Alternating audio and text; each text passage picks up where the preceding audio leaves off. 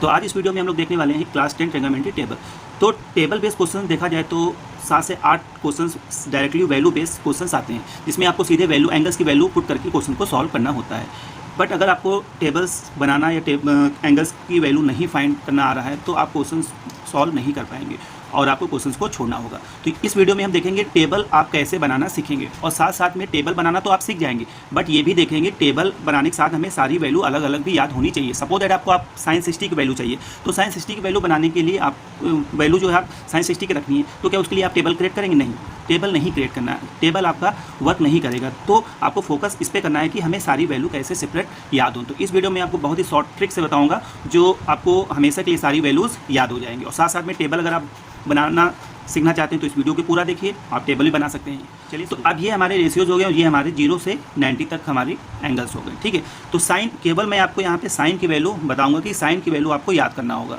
Sign की अगर आपने याद कर लिया तो सारी वैल्यूज़ आपको याद हो गई। ओके, चलिए देखते हैं। तो साइन 0 की वैल्यू हम देखेंगे 0 होती है, साइन 30 की 1/2, साइन 45 1/√2, साइन 60 की √3/2 एंड साइन 90 की 1।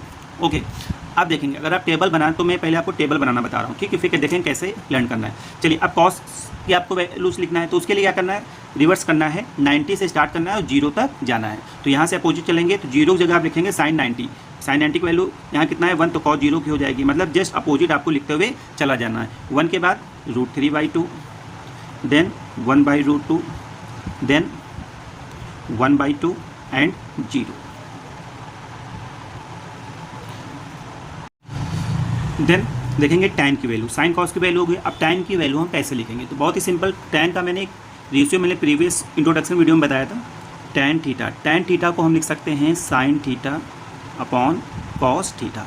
मीन अगर टैन की आपको वैल्यू फाइंड करना है किसी भी एंगल्स की तो क्या करेंगे, साइन एंड कॉस की वैल्यू को हम डिवाइड कर देंगे। ठीक है, चलिए अब देखते हैं टैन 0 को देखेंगे तो साइन एंड कॉस की वैल्यू हम क्या कर देंगे, डिवाइड कर देंगे। तो 0/1, 0/1, तो 0/1 क्या होता है हमारा, 0 होता है। ठीक है ना, 0/1 ध्यान रखिएगा, दो चीज़ें यहाँ पे आएंगी, एक आएगा 0/1 तो 0 होता है, एक आपका आएगा 1/0। इसमें काफ़ी स्टूडेंट कंफ्यूज होते हैं। तो 1/0 आपका होता है infinite mean not defined.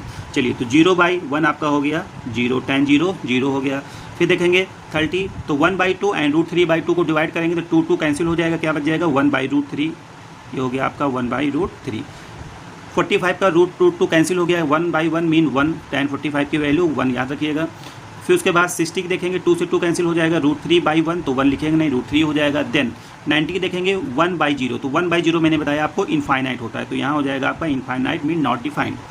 Then cot देखेंगे, तो कॉट में अब देखेंगे यहाँ पे एक मैंने आपको रेशियो टैन का बताया था, reciprocal tan theta equal to होता है 1/cot थीटा, या आप इसको लिख सकते हैं cot theta equal to 1/tan theta. दो चीज़ें मैंने आपको बताई थी। ठीक है, तो tan की अगर आपको वैल्यू निकालनी तो cot की अगर वैल्यू आपको निकालनी है तो tan की जितनी भी वैल्यूज़ हैं उनका सबका क्या करना है, आपको रेसिप्रोकल करना होगा।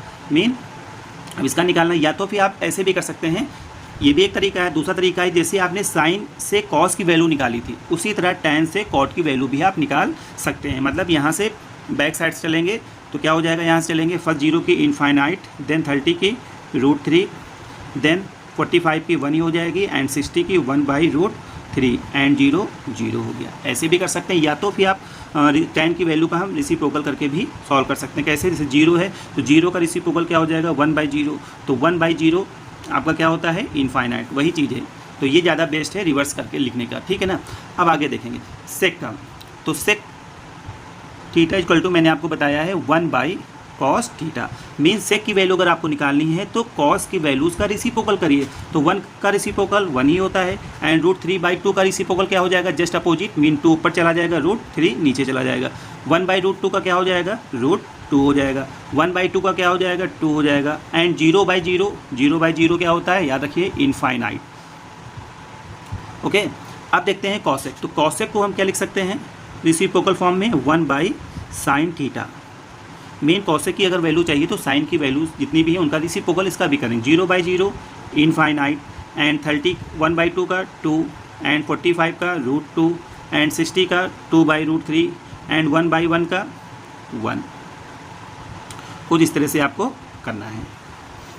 तो आई होप आपको समझ में आ गया होगा। तो यहाँ से अगर हम देखें सेक की कॉस की वैल्यू निकालने का दूसरा भी तरीका आपका यहाँ से, अगर यहाँ से रिवर्स लिखना शुरू करें, देखिए इनफाइनाइट टू रूट इसका करेंगे 2/√3 एंड 1/1, इसका भी आपका रिवर्स हो सकता है। तो यहाँ पे इंपॉर्टेंट ये नहीं कि आपको टेबल बनाना आ गया है तो आपको क्वेश्चन सॉल्व करना भी आ जाएगा। आपको ये भी देखना है कि हमारा क्वेश्चन कितने टाइम में सॉल्व हो रहा है। अब मुझे tan 60 की वैल्यू चाहिए, आपने टेबल बना दिया, टेबल बना देने में भी आपको वहाँ पे टाइम देना पड़ेगा। मेन कि आपको टेबल जो बना रहे हैं उसका भी तो टाइम आपका स्पेंड हो रहा है।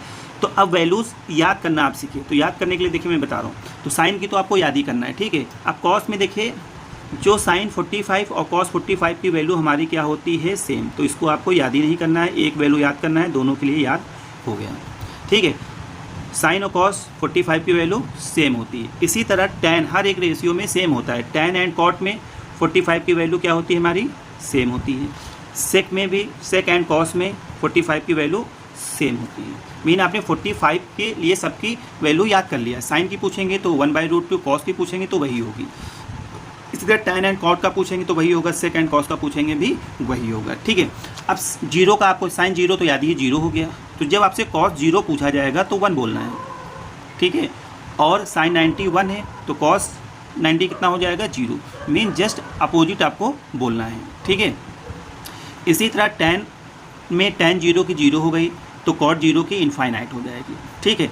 अब टैन 30 की अगर 1/√3 है तो कॉट की √3 होगा, मतलब उसका रेसिप्रोकल। ऐसे आपको पेयर्स में लर्न करना होगा। और 45 की मैंने आपको बता दी। जैसे कि टैन 60 की वैल्यू आपको याद है √3 और आपसे पूछा गया कॉट 60, तो आपको याद होना चाहिए जो टैन 60 की है उसी का रेसिप्रोकल कर देंगे तो कॉट 60 की वैल्यू फाइंड हो जाएगी। इसी तरह से आपको सारे पेयरिंग में आपको याद करना है, ठीक है। अब देखिए सेक का देखते हैं। सेक का याद करने का मैंने बताया, कॉस का अगर याद है तो सेक का भी आपको याद हो गया। सपोज दैट हमें वैल्यू फाइंड करना है सेक 45, तो कॉस 45 कितना होता है 1/√, इसी का रेसिप्रोकल करेंगे तो सेक 45 की वैल्यू आपको फाइंड हो जाएगी।